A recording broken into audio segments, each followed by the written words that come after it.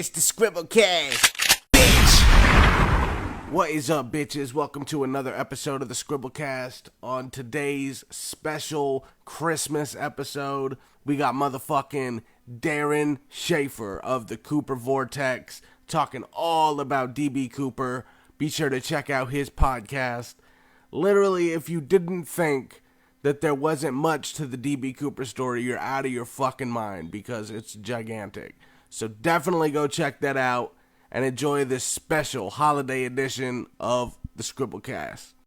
We're talking about a real crime that is unparalleled in dopeness. It's one of the greatest fucking crimes of all time.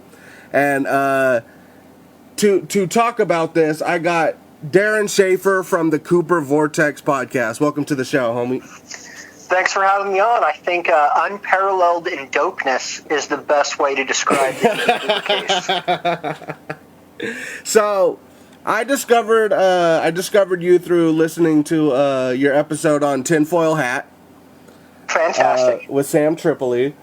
And I'm like, so I guess going back a little bit, I grew up the first about 11 years of my life in Southern Oregon. And, no matter if you're in Washington State or Oregon State, no matter what part of the state you're in, you've heard about DB Cooper. And the first time I ever heard about it was I went to visit my grandparents, and my grandfather said, "I'm DB Cooper." And I had no idea what the fuck he was talking about. And then later on, I learned, what it was and all this. And, that was obviously just my grandpa fucking with me. But it's always intrigued me ever since then. So when I heard there was a full-on podcast where every episode is about DB Cooper, I immediately peeped that shit. And it is now, definitely in my top 5 podcasts ever. Oh, thank you. I appreciate that. I think I've only got about 4 or 5 episodes to listen to, and I've listened to all of them. And that's a shitload of content, bro, because your episodes are not short. No, I think they range from, 90 minutes to 3.5 hours. So tell us how you got into this case and what made you want to start an entire podcast about it. Yeah, of course. So I grew up in Woodland, Washington, and of course, like you said, DB Cooper is a local story. I had a passing interest in it. I saw the Unsolved Mysteries episode back in the day on it. I saw the Leonard Nimoy In Search Of in reruns. And I was always kind of fascinated by the heist aspect of it. Like, this dude pulled it off and got away. Yeah. But, I was never really too much into it. And then, probably about 10 years ago now, my wife got me the book Skyjack by Jeffrey Gray. Right. And I started reading that, which is all about the DB Cooper case. And then I became very interested in it. And reading that book, it sort of leads to another book, which leads to another book. And then I started getting on the forums and reading what everyone had to say. Full on down the rabbit hole. Totally. And this coincided with, I started a new position with a new company, where I work totally alone. The entire week I'm by myself.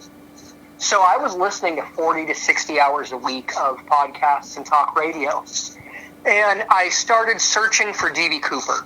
Right. I wanted more DB Cooper. Like, there's got to be a DB Cooper episode of some of these shows. And there was. But they're all the same.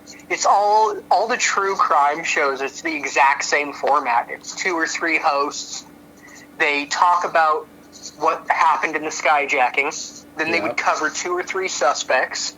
And then they would agree on who it was. And the case was solved in 45 minutes. And Skribbal, I found those so frustrating because I was so much more into the case than them. Yeah. Everything they covered, I knew way more. I was like, that's wrong, that's wrong, that's wrong. And so I reached out to someone I had been following. His name is Bryce Blankennagel. He does a podcast about Mormonism called Naked Mormonism. It's fantastic if you're interested in that kind of thing. And following along with him, he left his job and was able to, make a living doing his podcast.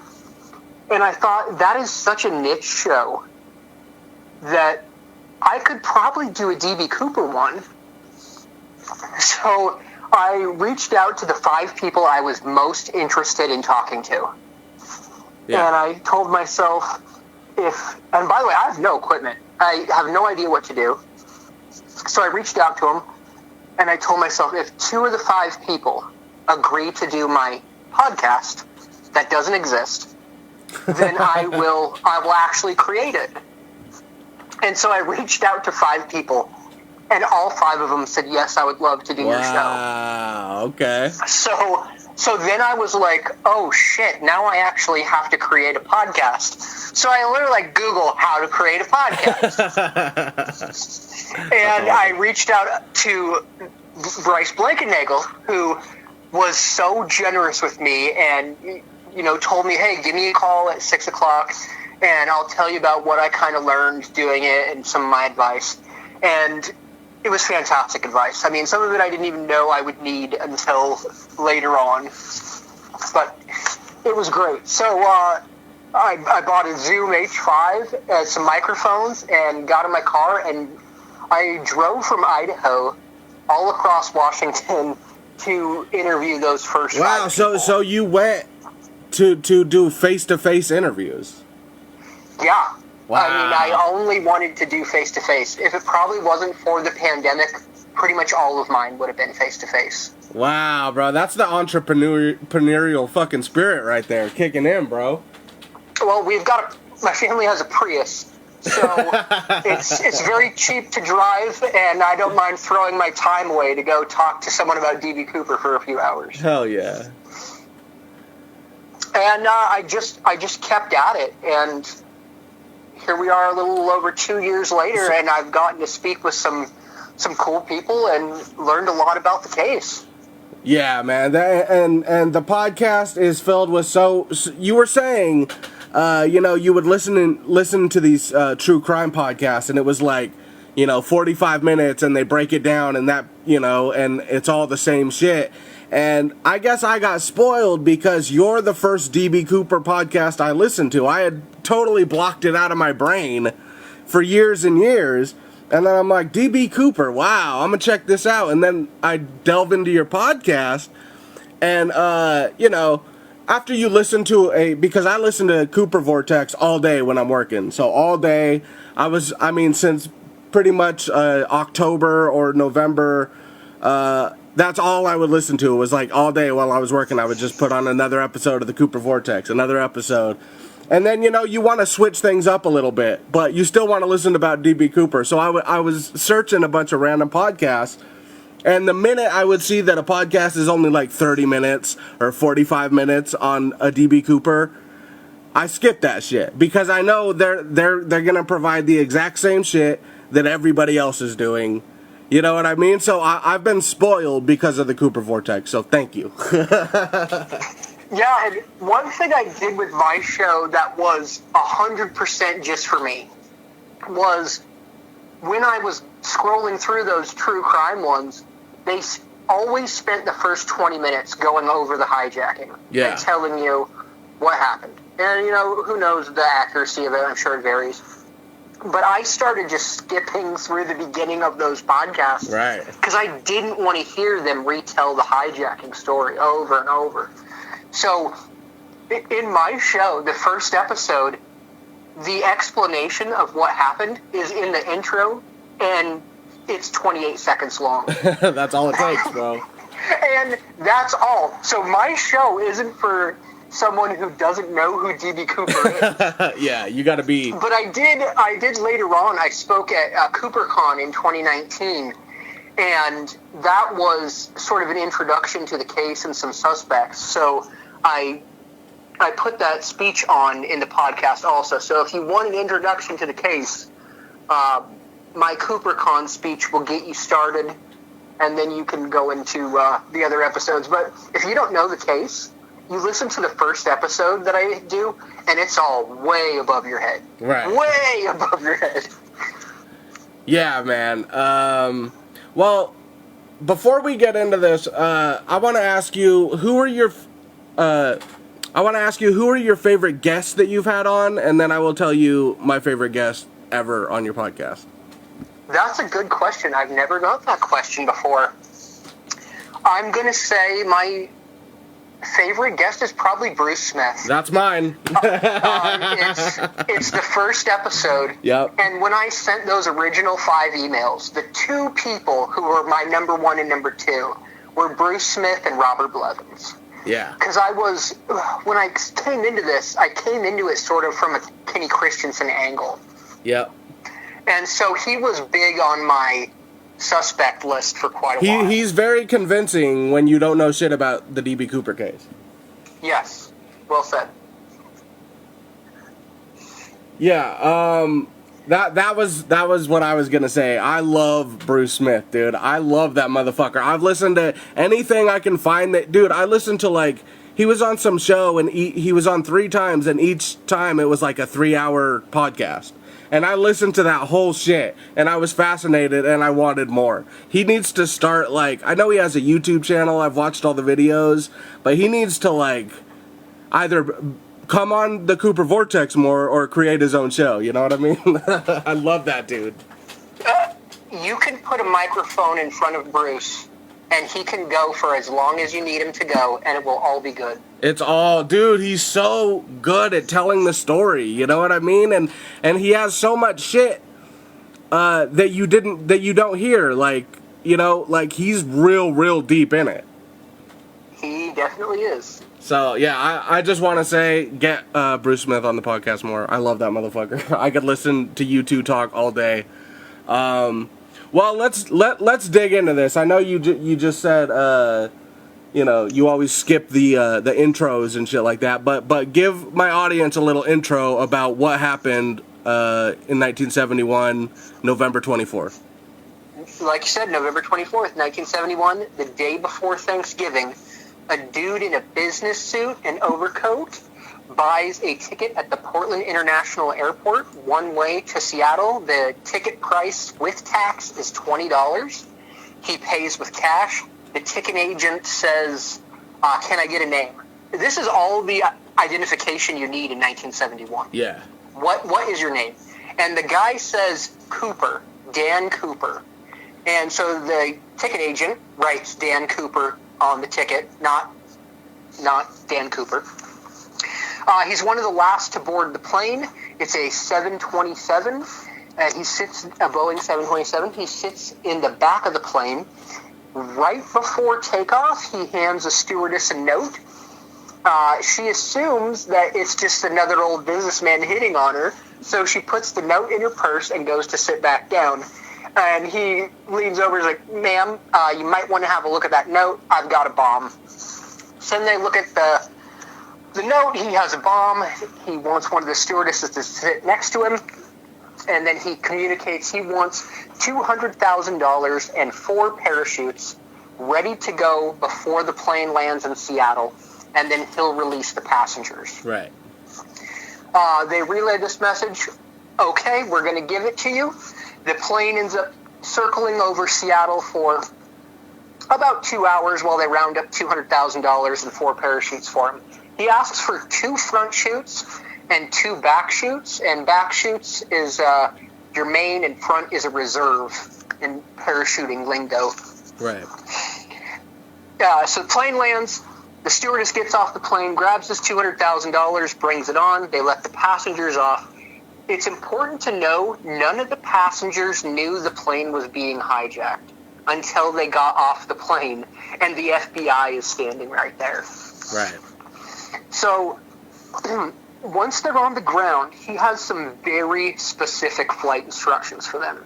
He wants the plane to fly at 10,000 feet, to stay below 200 miles an hour. He wants the cabin depressurized, the flaps set to 15 degrees, the landing gear down, and he wants to take off with the rear stairs down. And rear or aft stairs. The Boeing 727 had aft stairs that could be lowered so you could board and deplane without using a lift truck or one of the more modern airports where they just drive to the gate. Right. So the pilots do not know if the plane can take off or fly with the stairs down. So they call air traffic control, hey, this dude wants to take off with the rear stairs down. Can this plane even fly that way? They don't know. So they call Boeing. Boeing says, yes, that plane can fly with the stairs down. We've done a lot of testing, and it'll fly with the stairs down, no problem. So the pilots then tell him they don't want to take off with the stairs down because it's too dangerous with a plane full of fuel. Cooper says to him, fine, I'll just lower him in the air. I'm not going to argue with you. The pilots come back. Cooper wants to go to Mexico City. They say under all the conditions he wants the plane to fly under, they don't have enough fuel. We're going to stop and refuel in Reno. He agrees to it. The plane takes off from Seattle about 7:50, headed for Reno. And somewhere between Seattle and Reno, Cooper jumps out of the back of the plane with the $200,000, his bomb. He asks for his notes back and is never seen again. The plane lands in Reno, and Cooper's not on there, and the bomb's not on there. One thing that I would like to say, I want to quash this myth because I can't stand it. When the plane lands in Reno, it's immediately searched with dogs and by the FBI. Right. The idea that Cooper hid on the plane and didn't jump is absolutely ridiculous. The plane was searched with dogs. There's nowhere to hide on a plane, blah, blah, blah. Yeah. And you know, there's another one where people don't even think any of it really happened, and it was all a coup by the pilots and the people on the plane, which is more horseshit. It is more horseshit because if you talk to an airline pilot and ask him, "Is this a good gig? Would you pretend to hijack the plane?" They're not going to do it. And the stewardesses, that was a great job. I've spoken to stewardesses during that time period, you know, the golden age of flying. Right. And they loved the job. Loved it. I mean, sure, there was some things that you couldn't do now, like you have to be under 29 and you have to be a size 2 and always wear lipstick. Yeah, you can't really say that. Ah, the good old days.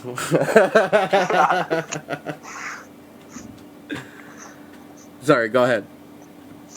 No, that was it. I mean, there's no evidence the flight crew was in on it. Yeah. The FBI documents, almost all of them have been released now, and you can see the FBI actually looked into these people a little bit. Tina Mucklow's ex-husband told Bruce Smith that they believed the FBI was following them for a short period of time after the hijacking. Right, so they even took the time to, you know, look and see if it was an inside job kind of thing. Yeah, you know, one thing about a lot of the, like, super conspiracy theory stuff is you have to then assume that the FBI are total fools. Right. And it's just not true. I mean, maybe they covered something up or whatever, sure, but are they fools? No. Well, they're not. The way they're definitely not. But the way they handled the evidence in this case, I don't know if they were foolish or, you know, I mean, they're just a victim of their time and couldn't see the future. You know what I mean? With DNA testing and all that kind of shit. Yeah, I mean, the only thing he left behind on the plane is he leaves behind a black clip-on tie and 8 Raleigh cigarette butts. If you think about getting fingerprints off of an airplane, it's tough. I mean, they're not wiping every surface down. Everyone's hands are on everything. It's close quarters. Yeah. I mean, even when you're getting up and down, you're going to be touching the armrest of the seat next to you. So it's just unrealistic to get fingerprints from there. They have, you know, a possible palm print that possibly could be Cooper, but even then, that's tough. I mean, the FBI removed the seat from the plane. So now, while we're still on the plane, I wanted to talk about a couple things. One, I've never heard anything about okay, yeah, we know the FBI in the document says, test the cigarette butts. If, nothing happens, throw them away or whatever.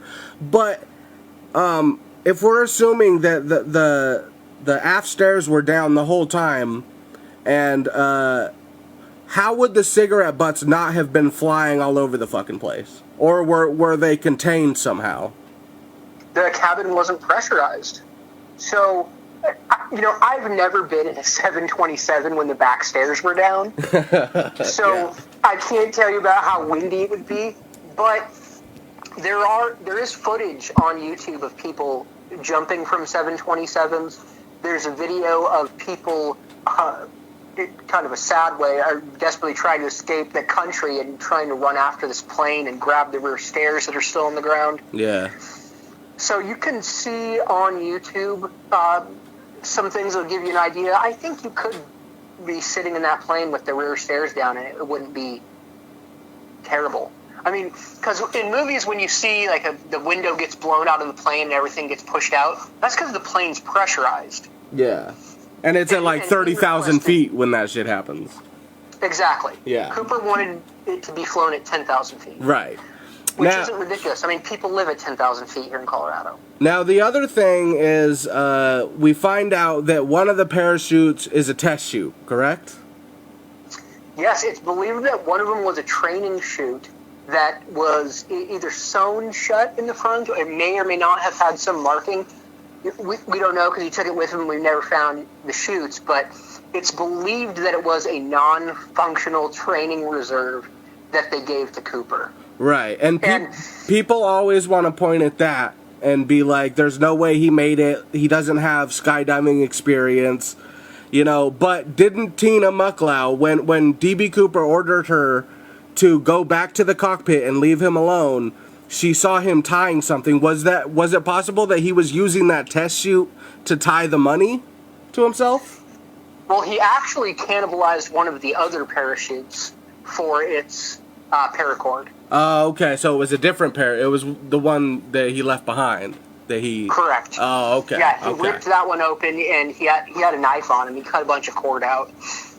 One thing I'd like to mention about his choice in chutes, because it's heavily debated. Was this guy a dummy? Was he military? Was he a sport parachutist?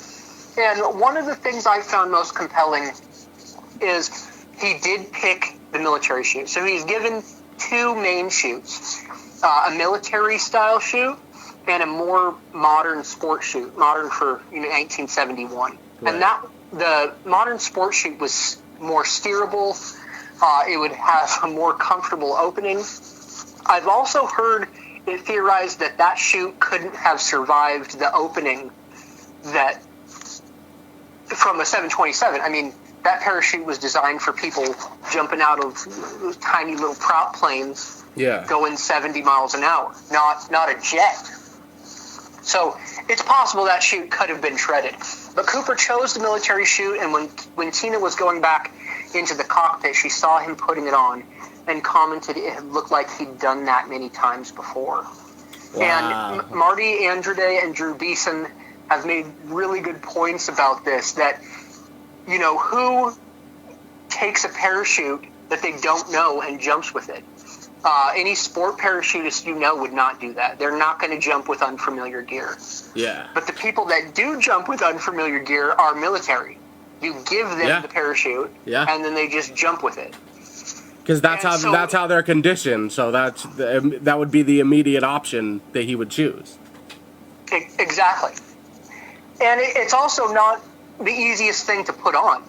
So the fact that it looked like he knew what he was doing, putting it on, to me says he had military experience. And chose that chute because he was comfortable with it. Yeah, absolutely. That's what I like to believe. Now one more thing is I just finished Skyjack today, actually. And there was a section in there where DB said something about the radio currents on the plane literally right before the FBI got in contact with the pilots. Do you think, could Cooper somehow hear or know what was being said on the radio currents? I don't believe so. Because Tina Mucklow actually, she sat next to him for almost 5 hours. Right. She lit his cigarettes. I think she would have noticed if he had like an earpiece or something in. Right. Also it's 71. Think about what a walkie-talkie looked like in 1971. Yeah, that's a good point. All right, so basically, he jumps from the plane, never seen again. The only evidence we ever get, is obviously that tie, those cigarettes, and the money find. Let's talk about the money find about 7 years later. 1980, 8-year-old boy is on the shores of Tina Bar, which is on the Columbia, kind of outside Vancouver Lake area, on the Washington side. And he brushes some sand aside with his arm and finds a pile of garbage, picks it up, realizes that it's badly deteriorated money. He shows it to his dad. They take it home. They tried to clean the bills up. They tell some people about it. $5,800 to $6,000, 3 bundles or 3 stacks of 20s. When they start telling people about it, people are like, oh my gosh, that's probably D.B. Cooper's money. So they turn it in to the FBI. It is D.B. Cooper's money. The FBI digs up the whole area, and nothing else is found. As far as how that money got there, I have no idea. I've heard everything from a dredge to a dog picked it up from somewhere else and walked away with it. Which is he ridiculous. Landed in the Columbia and floated up the river. There just really isn't a good explanation for how that money got there. It's 35, 40 miles southwest of where the flight path was. The wind would have been blowing from the west to the east. So if he jumped, he should have been pushed slightly east of the flight path. Right. So it's really confusing. And then Tom Kay has done some great work on this. Using Mark Metzler's bill, they analyzed the money under an electron microscope and found these diatoms. And a diatom is like some water algae creature. I'm no biologist, so you can't ask me diatom questions. But it gives it a time period of when the money was wet in the water. Because Right. these things bloom seasonally. So you could tell the money was in the water during this time of year or this time of year. And what they found was the money didn't enter the water in November or December. It didn't enter the water until spring, and probably not until about 6 or 8 months before it was found. So, Which was about 7 years, right? 9 years. Wow, yeah. So how did it get there? Well, and I've heard people laugh at the idea that it's somehow connected because it was found on Tina Bar. It's suspected that the money didn't arrive there until about a year before it was found, which is, like you said, almost 10 years. So someone had to have put it there, right? Unless it was some fucking wild animal, which is horseshit. But even with human planting it, it would have been more likely that somebody threw it in the water and then it washed up there. Another problem with that, though, is the money is found stacked on top of each other. Yeah, exactly. But am I crazy to think that because if you go back to when Tina Mucklow brought Cooper the money, and she said that looks like a whole lot of money, and he tries to give her 3 bundles? Would you get 3 bundles of the money? And she says, no, we don't accept tips or whatever. Exactly. So earlier in the flight, he orders a bourbon and soda, and I want to say it was like $2 or something like that. And he gets his change back. He goes to give her a tip for that. And she says, I'm sorry, I can't accept gratuity. And like you were saying, when she brings the money on the plane, he looks at it, he's getting excited, like, oh my gosh, look at this. And his hands are in the money. And she says, oh my gosh, that's a lot of money. And he pulls out a stack of money and gives it to her. And then she makes that joke again, which I love. I'm sorry, I can't accept gratuity. Yeah, that's fucking awesome. But there is, I've heard that floated often, and it's interesting. Is the money on Tina Barr some sort of homage? It has to be, goddammit. I will not take no for an answer on that. I'm 100% convinced. It is. It has to be. I would love to know, was it 3 bundles that he tried to give her? Yeah. Yeah, I mean, I know he picked up, some money and tried to give it to her. I don't know if it was 3 bundles or not, but that would be fucking amazing if it was, And now that she's a little more talkative, maybe we could find out some other shit. Maybe, I don't like that she's only doing, national shit, you know what I mean? She needs to, come on Cooper Vortex and, do some shit where we actually have, long conversations where we can just listen to her talk about this shit. It's not all edited and cut up, I have not reached out to Tina. I've thought about it quite a bit, but one of the things that I haven't done on the show is I haven't really had any primaries on the show. It's all been people who research the case, people who are interested in the case. Yeah. And one of the reasons I'm kind of hesitant to even talk to Tina is, even in the recent Rolling Stone article, you get the idea that the hijacking wasn't that bad. Yeah, it was a rough day at work. Yeah. But what she really doesn't like is that she's been defined by this. And that this is all people want to talk to her about. Well, it's time to suck it up and deal with it, honey. That's fucking. You're part of the one of the most fascinating criminal cases of all time. But I mean, I'm being a dick, but I could see that, for sure. But yeah, even there was a young man sitting in the back of the plane named Bill Mitchell. And he was a University of Montana or something like that, flying home for Christmas, Thanksgiving. And one of the funniest things he said is he was looking at Tina Mucklow because she was very good looking. Yeah, Tina was a very good looking gal. Banging back in the day, yeah. And here you have this 21-year-old dude looking across at 23-year-old Tina, sitting next to this old plain looking guy, and Bill wonders, why is she sitting next to this guy? He's a loser.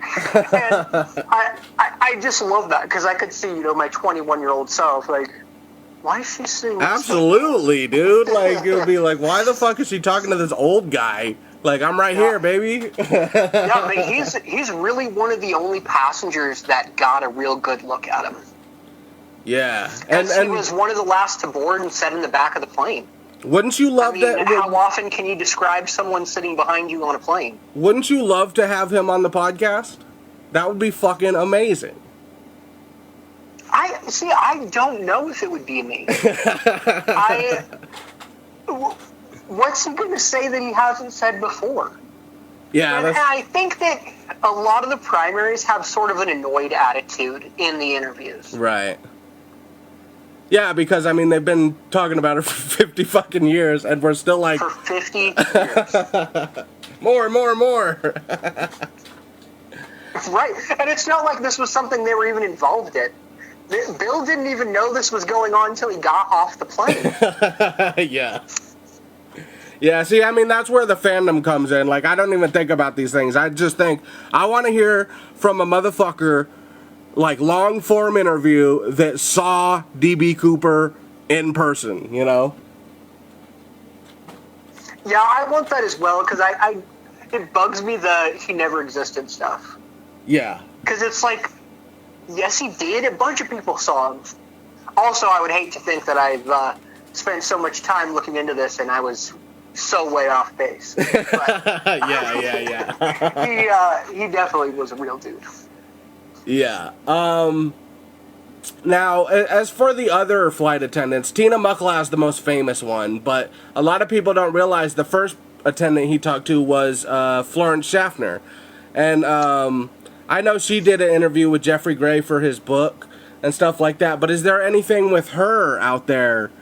She seems to be, get lost in the shuffle a lot. Well, I think the reason she gets lost in the shuffle, Cooper interacts with her first. She's the one who receives the original note.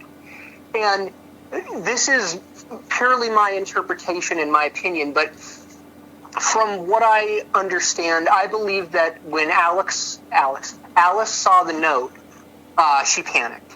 Yeah. Seems reasonable. And Tina wasn't affected at the time. So she saw her friend freaking out, and Tina stepped in to handle it. And Tina handled the rest of the whole thing. She went and sat next to Cooper. She relayed Cooper's demands to the flight crew. Yeah. She walked off the plane to get him his money. When they let the passengers off, they let the other stewardesses off, and Tina remained on to be the go-between between Cooper and the flight crew. She's a badass. Yeah, she really is. She really is. And I understand that's why she gets, most of the attention, and a lot of people don't think about Florence Schaffner or the other girl or even the pilots, because the pilots never even saw him, you know what I mean? But right. One question I have is that indestructible black box in a motherfucking airplane, where the fuck is it? Well, they don't need the black box. They have the rest of the whole plane. So what is the black box going to tell them? They were tracking that plane on the SAGE radar system, which was pretty new at the time, and it was developed to track any interference from Russian planes on the Pacific coast. So they used that and their existing radar systems to track the plane. Right, but I could be mistaken, but doesn't the black box record the audio and shit like that of all, going, when they're talking down below and shit like that, or am I tripping? I'm sure it does have that, but they were able to record what the pilots and flight crew were saying. There's transcripts of it. Yeah, but the transcripts are all blacked out, man. That's why I'm like, I need to hear the source. Well, yeah, I would love to listen to the tape myself as well, but that's not available. I know. Fuck, that would be so great, man. I realize most of my questions are just like fanboy questions so far, so let's get to some suspects. And there's a few suspects here that are pretty interesting. The first one I have written down is Kenny Christensen. Now, just like you, when I started digging in at first, I'm like, this is the guy right here. This motherfucker did it. Especially if you just read Skyjack. In Skyjack, there's a point in that book, I can't remember exactly right now, but he basically says, this dude stopped talking to me because he's going to write his own book. That book is Into the Blast by Robert Blevins and Skip Porteous, I think his name is pronounced. And so as soon as I finished Skyjack, I went on Amazon. Is this book out yet? And it was. So I got that book right away and read that. And then I was big on Kenny Christensen. I mean, he does have a lot going for him. He had, it's funny, he had like exactly $200,000 in his bank account when he died. Yeah. There seemed to have more money than he should. At some point in his life, he worked for the airline. He worked for Northwest Orient Airlines. He was a paratrooper. He looks like the sketch. Oh yeah, the face. Picture of him wearing a suit and tie with an overcoat, carrying a bank bag and a briefcase. Right around, what was it, like 2 weeks after the initial whole thing happened, that picture was taken. Oh yeah. And then, his friend Bernie Geisman's a kind of a slippery character. And then that whole, Robert was able to talk to Margie Geisman. And then she just kind of disappears and never wants to talk to him again. Which happens a lot. Seems to happen a lot with this Cooper case. It happens so much it blows my mind. Some of the things people won't talk to me about makes me so suspicious. But it happens with so many people. It's like, it's truly a vortex because there's all these leads and everything is so suspicious and they don't want to talk about it and everyone's quiet about it. And this is shit that happened years and years ago and motherfuckers are still like, no, I don't want to talk to you. Like, I don't get it, dude. Yeah, I mean, another interesting thing is between I don't know, 30 and 900 people have confessed to being DB Cooper. Insane. Including your grandpa, you know. Yeah, dude. So Kenny Christensen, I think his face looks the most like the sketch out of all the different suspects. You know, obviously the guy had hair and Kenny Christensen didn't have hair. And Kenny Christensen, eye color is wrong. He was also a little too short. A little too short, yeah. And there's questionable things about his past. You know, that I don't know if any of that's confirmed. You know, the thing about, you know, there's some like pedophilia kind of claims going on, but then, you know, some people say no, that's ridiculous. Some people say yes. But just for that alone, that motherfucker's out, man. It's not Kenny Christensen. Well, one of the things about Kenny Christensen that's tough for me is that he continued to work for Northwest Orient Airlines for oh yeah, that too, yeah, 15 years. I mean, if you work at Costco and you hijacked the Costco, are you going to go in the next week? Maybe you would go in the next few weeks, couple months, to not arouse suspicion, but you wouldn't continue to work there for 15 fucking years, I don't think. You know? I mean, going back to work would be so terrifying. Every second at work, you would be thinking someone's going to recognize you. Yeah, but think how calm and cool he was. Like, this motherfucker's a calm, cool dude. I mean, that would probably be no big deal. I mean, if he held it all down while he was hijacking a fucking airplane, I think he could take a couple more weeks of work, but I don't think he would stay for 15 more years. Yeah. You know, now let's talk about Marla Cooper, who is a total gilf. And she's very good looking. Dude, she is fucking gorgeous. That, especially in that HBO documentary that just came out, I'm like, God damn, dude. Like, and this chick's in her like 50s. I'm like, fuck. Also, one of the most charming women I've ever spoken to. Yeah. Every time there's something about like the cadence in her voice. Yes, dude, it's sexy as fuck, says, dude. Yeah. I don't know so charming. Yeah. Well, let's talk about her story. She says her uncle is responsible for the DB Cooper heist. Yeah, Uncle LD. She remembers she was like 8 or 9 years old, Thanksgiving of 71, and she remembers her uncles going out for a turkey hunt, and then coming back late that night, and her Uncle LD was all bloodied up, and no one would talk about it. And then, you know, over the years, she learned a little bit more, and then when her father, I believe it was when her father passed away, he kind of told her, you know what LD did, and that's why he disappeared. And so Marla came forward with her story. The FBI was very interested in it. She ended up doing like a lie detector test. She went on a bunch of different TV shows around 2011. Yeah. And it got a lot of attention. Yeah, and Bruce Smith, I heard him say he believes that the FBI was using her story because in walks this gorgeous blonde chick saying her uncle was DB Cooper. And, you know, he was saying, you know, I think the FBI just wanted to fucking, like, close the case even back in 2011. And they're like, hey, this is a viable suspect. She's gorgeous. She can go on all the shows, get everyone's attention. What do you think about that? Do you think there's any possibility to that? I think there's some. I don't think the FBI wants to just, hey, it's probably this guy, case closed. Back to her being one of the most charming women I've ever spoken to.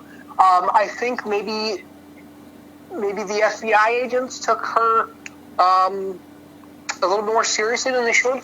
I don't believe LD Cooper was DB Cooper. I just don't see the evidence for it. If your name is LD Cooper, why that's a little on the nose. First name, but your real last name. My name's Darren Schaefer. If I was going to do a hijacking, I wouldn't say my name's Jim Schaefer. Yeah. It's just too on the nose. Really bad at making fake names. Yeah, and I think he just came back bloody because those turkeys fucked his ass up. Yeah, possible. So Marla Cooper, gorgeous to look at. good storyteller, and she does believe, because she passed that fucking test, the lie detector test. So she does believe what she is saying. You know, whether it's true or not, though, and being an 8-year-old, you know what I mean? That's weird to me. Yeah, and that's one of the things I've learned from doing the show, though, is that I believe these people. You know, and Marla was 8 years old. It's things her family is telling her, so it's like goes through this lens of how could your family be lying about this? Right. And with the Foremans, Barb Dayton. I don't know if she was going to be on your list, but I read the Foreman's book about Barb Dayton, and I thought it was good. I think it's a good, compelling story, but I didn't give any credibility to D.B. Cooper is a woman. Yeah, that's where I'm at with the Barb Dayton. And I went to the Foreman's house to do the interview, and they were the nicest people I've ever met, and just so sweet and kind and generous. He took me to lunch. It was great. He took me to his hangar and showed me his planes. He showed me his pickup trucks. I mean, Ron's a great guy, and sitting and talking to them, I realized that they loved their friend Barb, and Barb was telling them this, and so they believe their friend Barb. It's not that Ron and Pat are out there pushing this wild ass story. Oh yeah, absolutely. This was real to them. It was real. This was their friend, and also, it isn't that crazy. I mean, there are crazier suspects than Barb Dayton. Yeah, like the Zodiac Killer. Like the Zodiac Killer. I got more requests to do an episode on Ed Edwards than anyone else. Wow.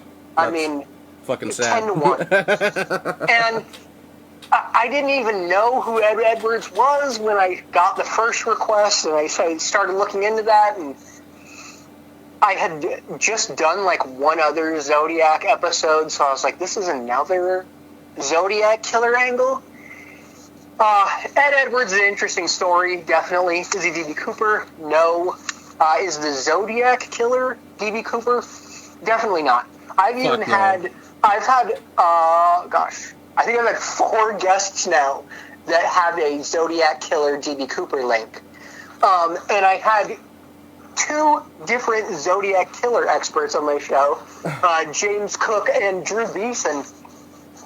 And both of them are like, no, it's ridiculous.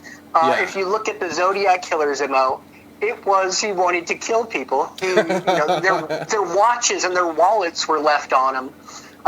D.B. Cooper never hurt anyone and only cared about the money.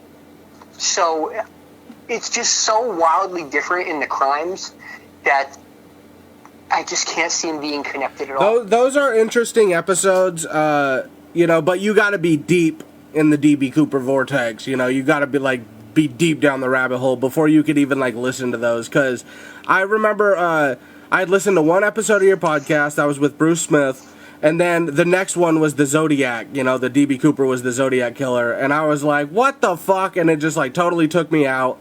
But then once I really started digging in and listening to a lot more episodes, then I went back to that one, and it's a little more interesting. I have some patience with it. But before that, man, I was just like, this is the most fucking ridiculous shit I've ever heard of my life. There seems to be quite a few of these people that are connecting essentially all the unsolved crimes. Yeah, it's like Ed Edwards, for example, killed Teresa Hallback, was the Black Dahlia murder.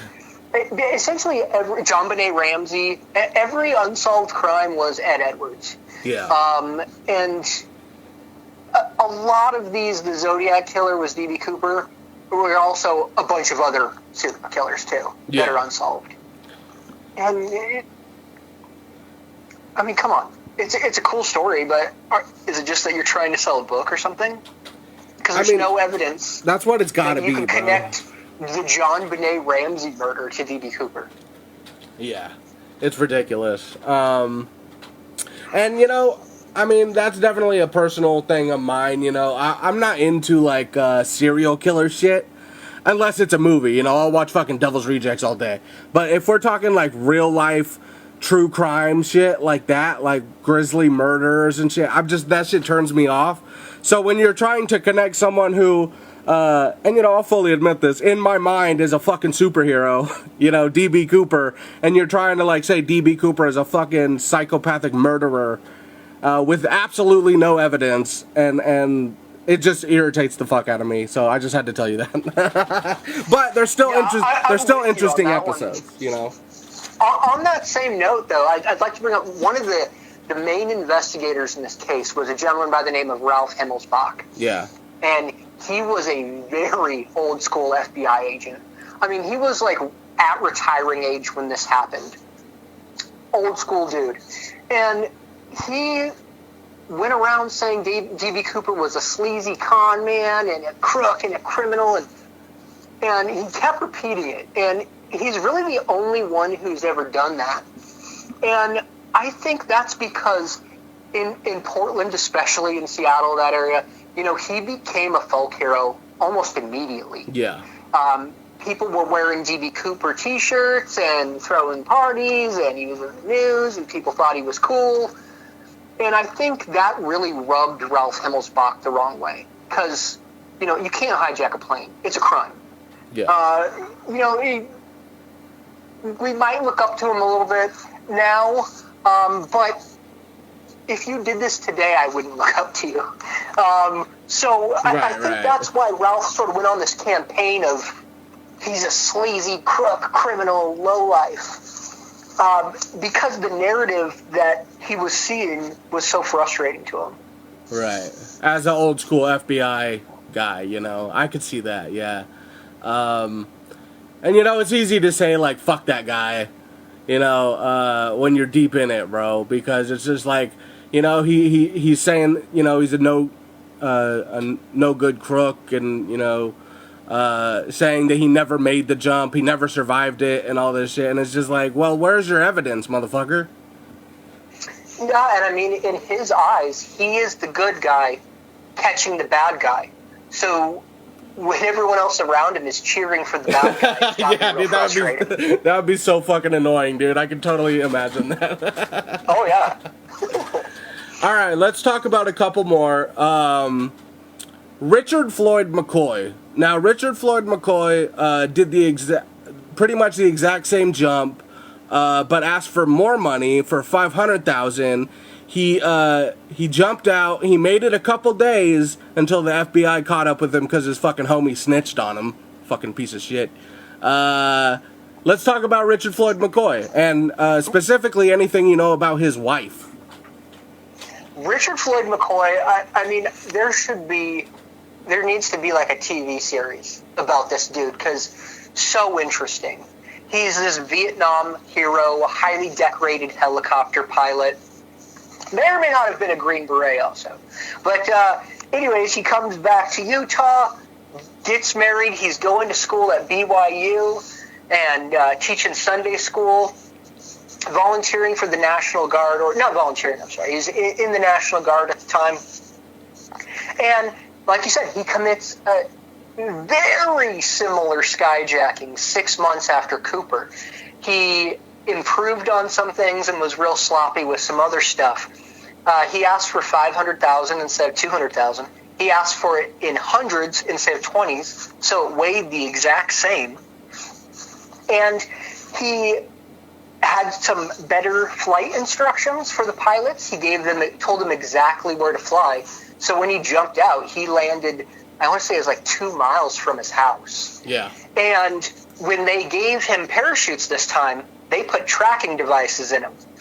He brought his own parachute on the plane and threw the ones they gave him out the back of the plane. Badass motherfucker, so man. I love that. When they went looking for him, they went looking for parachutes he just threw out. So they couldn't even really see him from the sky. Yeah.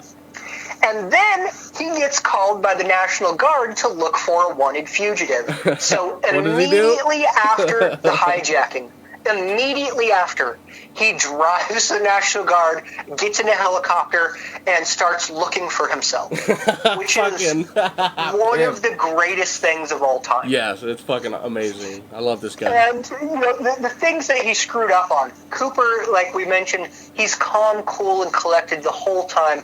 He's running the show. He never loses his shit. McCoy tried to put on a disguise before the plane took off, and they had to wait for him to get out of the bathroom. People noticed him acting suspicious. He left his notes in the airport, and the airport employee had to bring him onto the plane real quick. Oh, you forgot this envelope on your seat out there.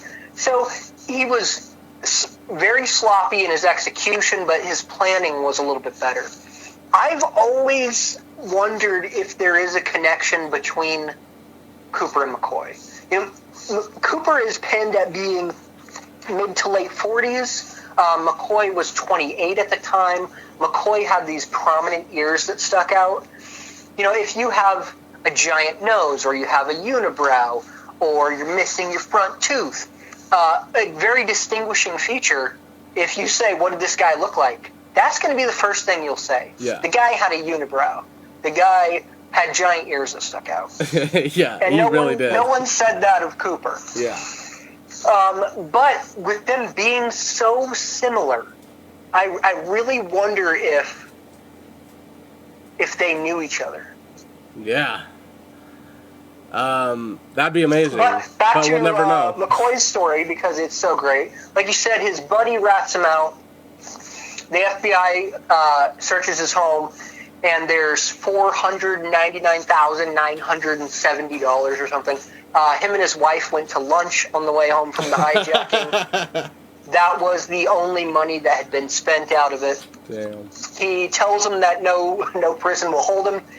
He breaks out of one prison, gets sent to another prison in North Carolina, uses a garbage truck to break out of that one, and a gun made of dental paste, which, seems like something out of a cartoon. And then he dies in a shootout a week or two later. There's a book written on him, The Real McCoy, which is quite interesting. And then his wife, Karen, was it Karen? Yeah, Karen McCoy, right? Yeah. I'm pretty sure. She ends up, suing her lawyer and the dudes that wrote that book to prevent the movie rights from coming out. Damn. It was messy. You also have to wonder about Karen also, because a lot of people float that she's the brains behind that operation. Yeah, and I could see that, because like you just said, all the dumb shit that he did trying to copy what D.B. Cooper did, from leaving his goddamn notes on his seat, and they had to bring it to him. He's not the brightest bulb, so I could see someone, directing this that wasn't him. Yeah, he's an interesting dude. All right, we got two more, and this is my personal favorite, and I would love to hear Joe Weber on your podcast. I spoke to Joe Weber on the phone. Really? A year or two ago. Okay. And I don't believe it would be kind to put her on mic. You don't think so? That's my opinion. I think she is a little advanced in age. I know she was on the HBO documentary, and that was filmed around the same time that I spoke to her on the phone. Yeah. And I would love to see the original take of that, because I'm sure that they had to heavily edit that into something usable. Right, okay. So she's at that kind of stage, Yeah, she's an older gal. Yeah, but something about me loves her, man. Especially in that documentary, I'm I love this chick, dude. She's so out there and, so energetic about it, you know what I mean? To be her age and be so, fucking, nah, this is how it went down. I didn't like the Memory Man. I thought that was fucking weird. Her Memory Man. But Memory Man should be on the show pretty soon. Really?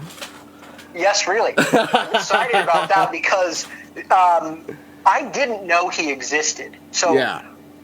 When I watched that show, I mean, the HBO documentary is kind of similar to my podcast. Yeah. So I knew every single person in there. And then that guy comes on, and I turned to my wife. I was like, who the fuck is that? Like, how do I not know him? Yeah. Which, I'm not trying to be like, oh, I know everything. But this is a small pool that I'm swimming in. Right. And I know everyone else around me. And so to see this guy come on this documentary, I was shocked.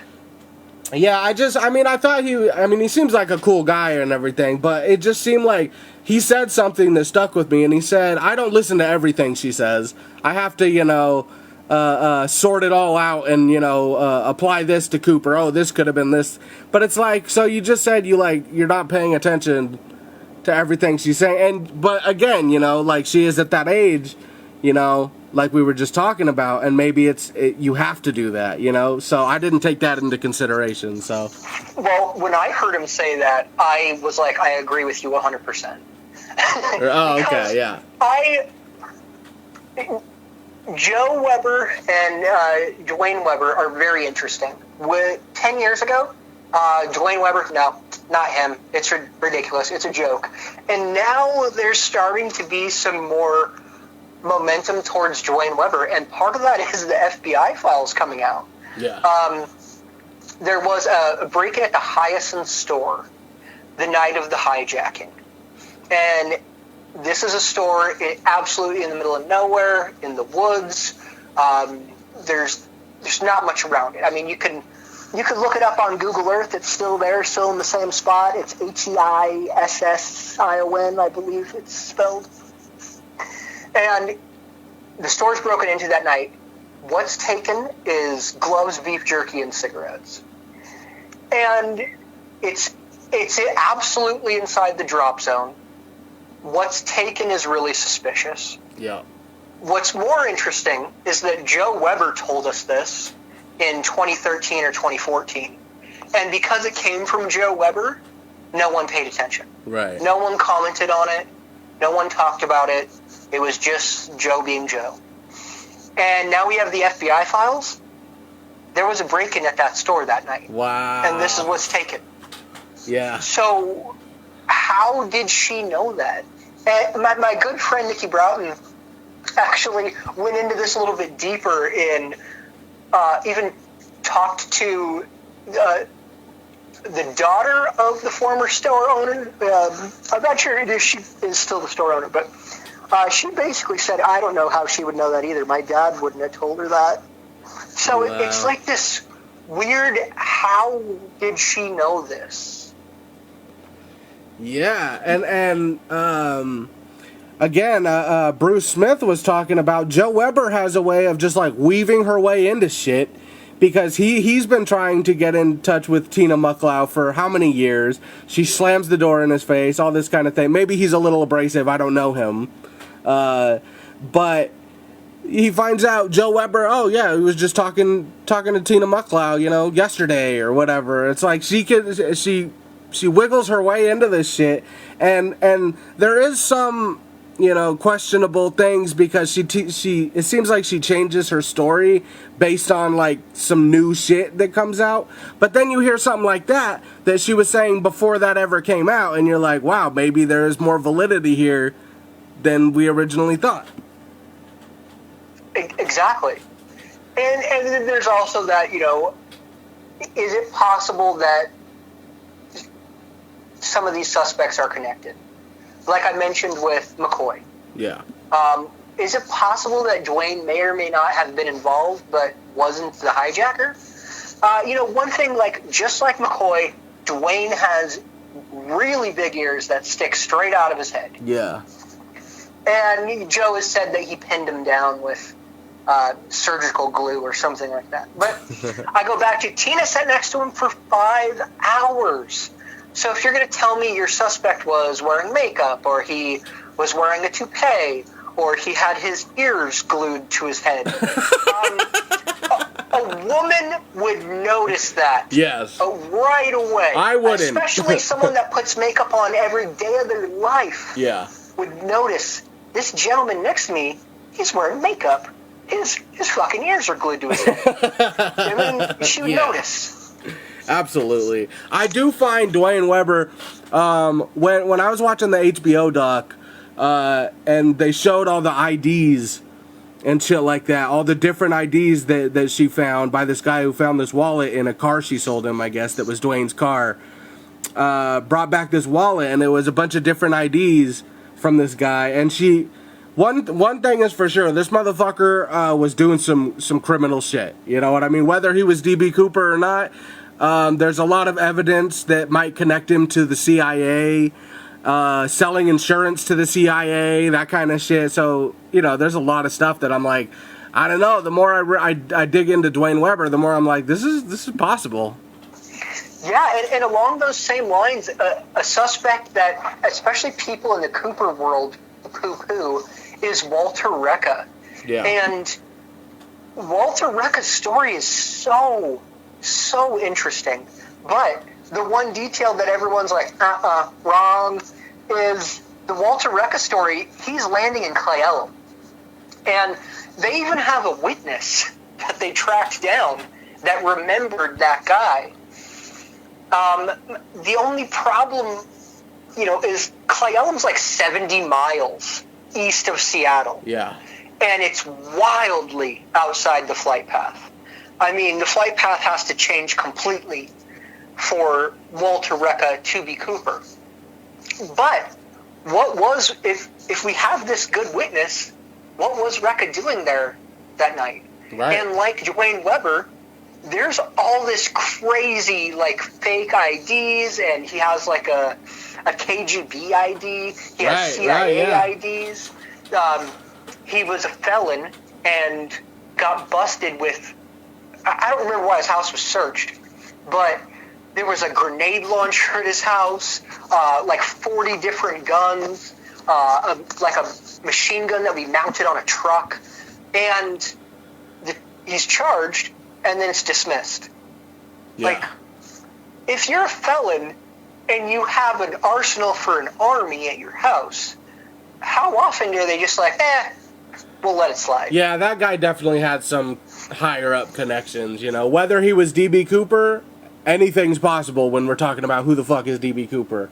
But he was definitely connected in some way, you know, to higher intelligence, I guess. Yeah, and his story is so fascinating. You know, another reason why I'm not talking to principals as much as I'm talking to researchers and wackos is that they have a story. They have a theory. Walter Recca is such a fascinating story. Whether or not he's Cooper, I want that story to be told. Yeah. I want to hear that story. You know, same with Barb Dayton, Richard Floyd McCoy. It's not like we're talking about suspects that lived shitty, boring lives and worked at the paper factory.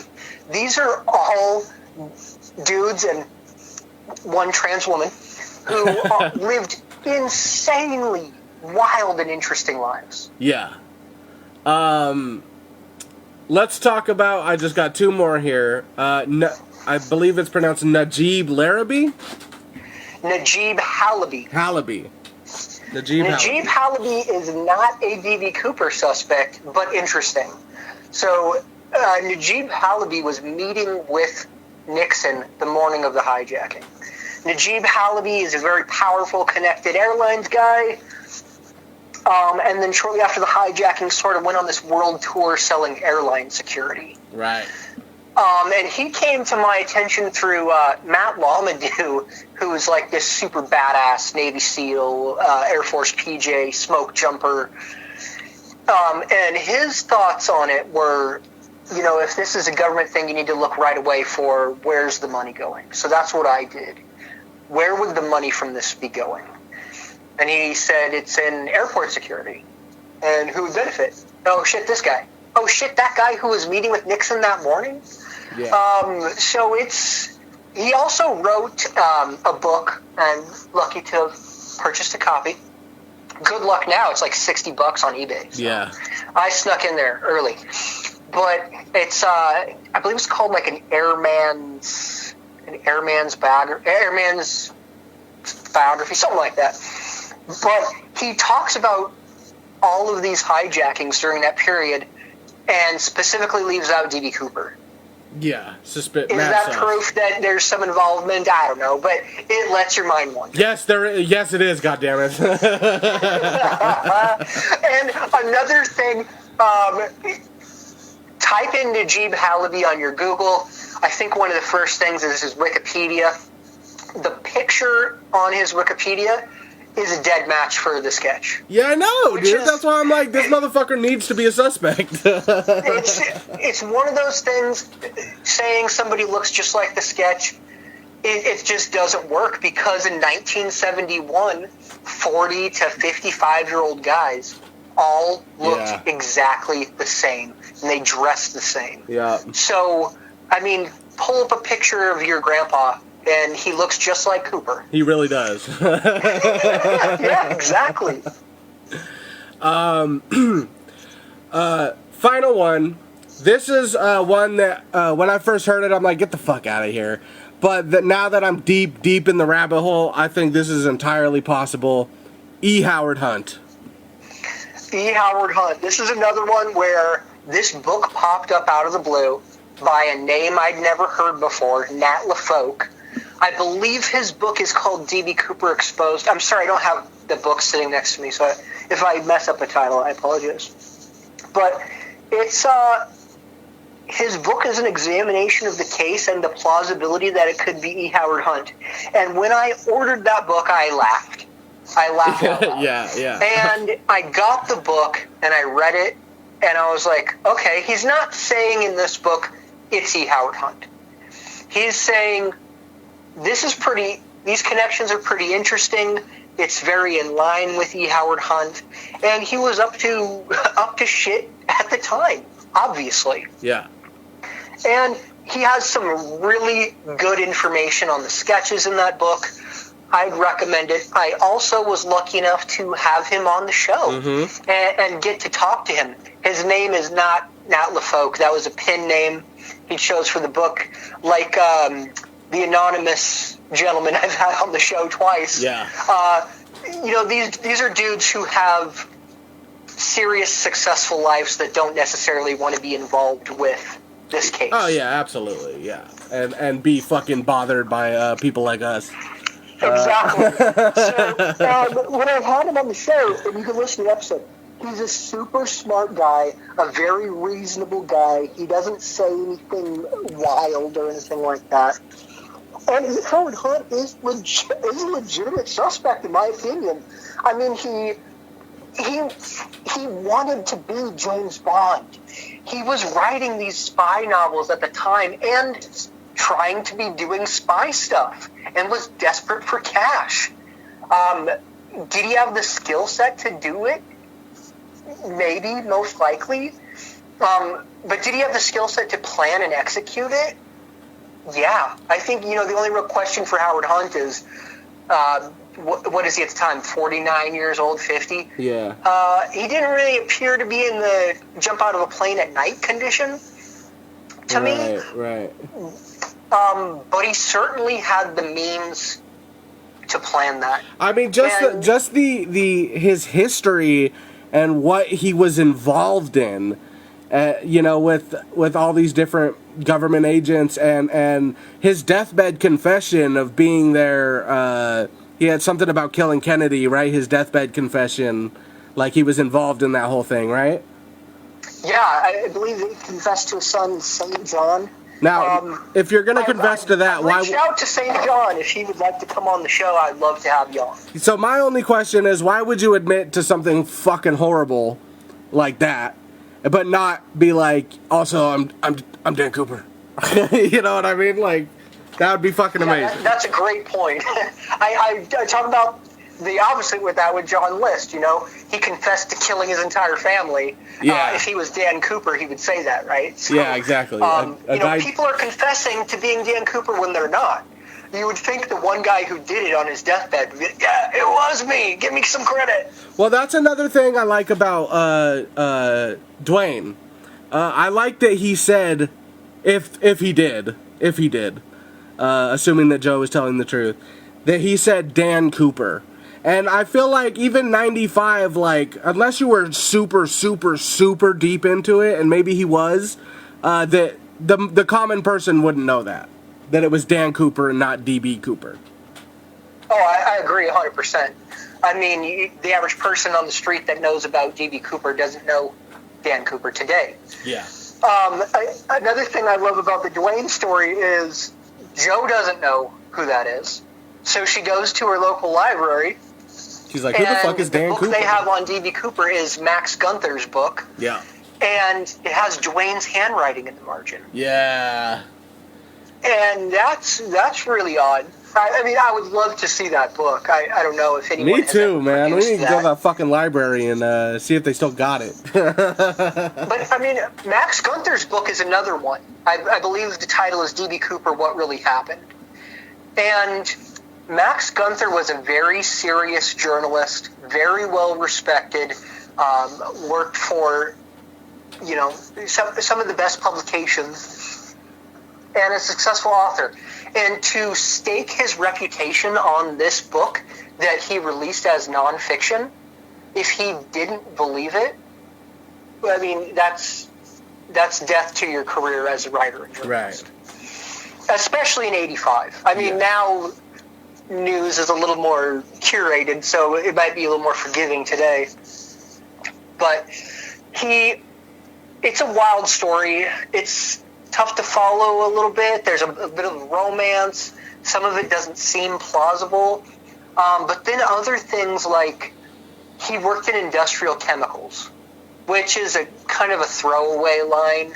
But now that we've examined the tie, that's important. Yeah. Some of the stuff found on the tie would be very rare in 1971. If you worked at Sears, you wouldn't be getting these particles on your tie at Sears. So the idea that he worked in industrial chemicals is, I mean, not only plausible now at this point in time, it could be likely that he really did. Yeah. So do we need to take this book more seriously? You know, Marty Andreday and my anonymous friend are both very into that book. And it's interesting because some of the other Cooper people haven't even read it, and almost like defiantly so. Not going to read that, it's bullshit. Right. But, I mean, it's interesting. It's another one of these things in this case where you'll never know. And it's all just rabbit holes. Yeah, I mean, that's why I'm going crazy. This case is totally making me go crazy. Well, Darren, thank you for coming on, man. It's been a fucking blast. I love this story, man, and I love that there's a podcast out there that is solely dedicated to this. And just when I think, like, after I listen to so much shit and I read so much shit, I'm like, okay, I'm probably gonna get sick of this, you know, in a little bit, because that's usually, you know, you get heavy into something, then you lose interest, right? But it hasn't happened, bro. It has not happened. It's gotten to the point where I've listened to some of your episodes, like, more than twice. You know what I mean? And I'm just like, every time I'm soaking in new knowledge that I missed. Everyone go check out the Cooper Vortex. I got one more question, and that is, why the fuck is there not a decent movie about this amazing case? What the fuck is going on? I have no idea. I believe it's possible there are one or two movies in production, in some form of production, at this point in time. And then, you know, Loki. Yeah, I did. Yeah. Loki is D.B. Cooper. Yeah, but that's gonna only be like 5 minutes of the fucking movie, you know? I want a full movie. That's true. It's probably gonna be 5 minutes, but I was so stoked when I saw that. Yeah, me too, bro. I flipped my wig a little bit. I'm like, holy shit! I was like, oh man, there's gonna be so many kids that learn the case now because of yes, dude, and that's great, man. That's great. The original, The Pursuit of D.B. Cooper, is the biggest pile of horse shit I have ever seen in my life. It's got to be top 10 worst movies I've ever seen, bro. Oh, I agree 100%. I mean, the first second of the movie is him jumping out of the plane. In daytime. The rest of the movie, he's like drinking and driving an old pickup and making out with some chick while Robert Duvall bumbly tries to track him down. It's garbage. Bigfoot versus D.B. Cooper is much better, and that's not even my style of movie. Yeah, tell the people what that one is. Bigfoot versus D.B. Cooper is like this. I forget the director's name, but apparently, like, he makes these movies with wacky titles. But the whole movie is shirtless guys working out. There is, I want to say the movie's like 80 minutes. It's pretty short. I'm going to say 7 or 8 minutes of Bigfoot and D.B. Cooper content, and then the rest is hot shirtless guys working out. It's a weird movie. That's fucking awesome. Everyone go. I mean, I would that film out. I would recommend that over the actual movie that they tried to make, Pursuit of D.B. Cooper, because that was garbage.